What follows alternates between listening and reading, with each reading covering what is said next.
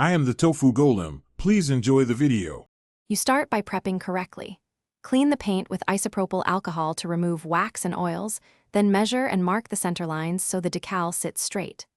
Once done, align the decal dry and use 2 pieces of tape as a hinge. This prevents shifting while you work. Make sure to check temperature.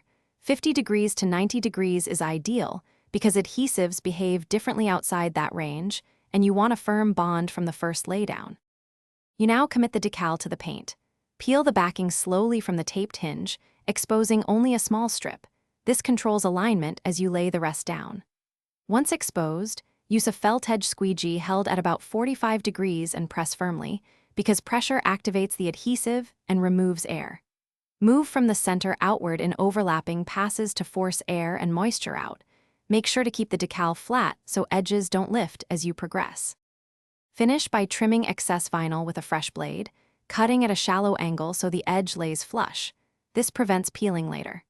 Then heat the decal edges briefly at about 120 degrees to 140 degrees to help the adhesive flow and bond, because curing improves over 24-48 hours.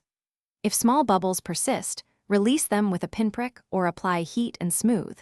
This fixes trapped air without damaging the graphics and ensures. Thanks for watching. Consider subscribing if we helped you today.